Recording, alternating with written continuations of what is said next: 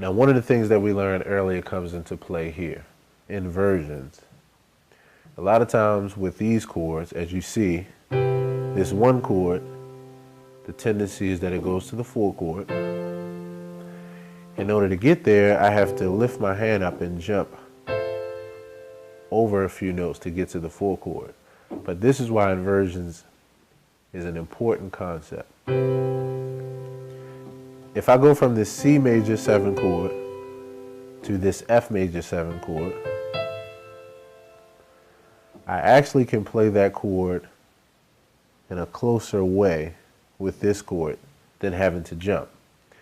This chord has F, A, C, and E in it. Coming from the C major chord,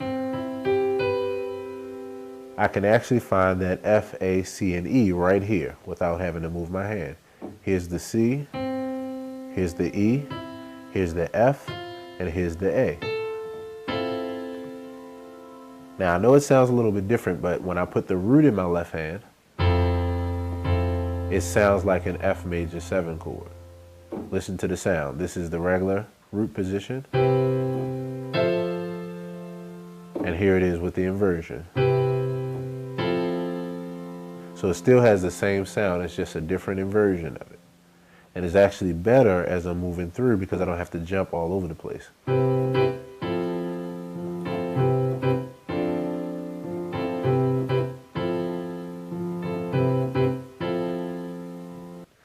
Now the only reason why I would jump is if I was going for a certain sound.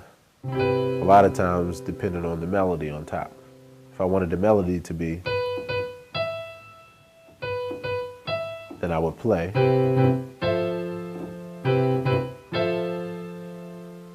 But if I was accompanying or playing behind a soloist or playing behind a saxophone player or another instrument, then I don't necessarily have the melody. That person has the melody. So I can actually play an inversion of this and allow them to play the melody. So back to our chord tendencies. The 1 chord goes to the 4 chord, and I'm going to keep it in root position so you can see it. The 1 chord goes to the 4 chord. The 2 chord goes to the 5 chord. The 3 goes to 6. The 4 goes to 5. The 5 goes to 1. The 6 goes to 2. And the 7 goes to 3. Now if I play something like this, you'll see how these chords go to form a chain of progressions. And this goes to sound like the music that you hear. If I start off with the 1 chord, and I'm going to keep it in root position so that you can see it, you'll start to hear some of the progressions that you hear. Let's start off with the 1 chord. Now from here, I'm going to progress to the 4 chord. To the 4 chord. From here, I'm going to go to the 2 chord. And I know that the 2 chord goes to the 5 chord. And I know that the 5 chord goes to the 1 chord. Now I'm going to play that again. Now there are exceptions to the rule. As you see, I went from the 1 chord to the 4 chord, and from the 4 chord I went to the 2 chord. Now what I'm showing you are the first choices. There are many other choices that you'll learn, but they'll all be based on this foundation. So even though I went from the 4 chord to the 2 chord, that's actually another option for the 4 chord. Even though I taught you that the 4 chord usually goes to the 5 chord. So just know this is a starting place. This is not the end all be all of chord progressions. This is a starting place. So I said 1 chord to the 4 chord, the 2 chord to the 5 chord, back to the 1 chord. Now you're starting to hear a lot of the progressions that you hear in music.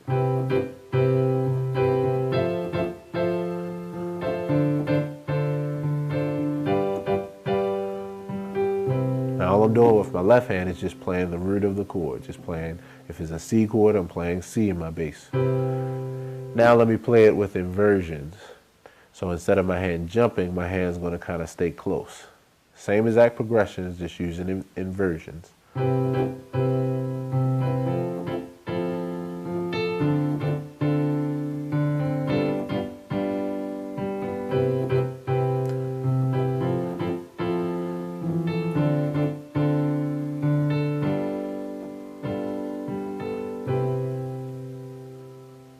And then if I do that progression again and omit certain notes, here's what you have. Now I'm going to make some of these chords 7th chords, and some of them I'm going to make 9th chords, just to show you how all this knowledge goes to make up the music you hear.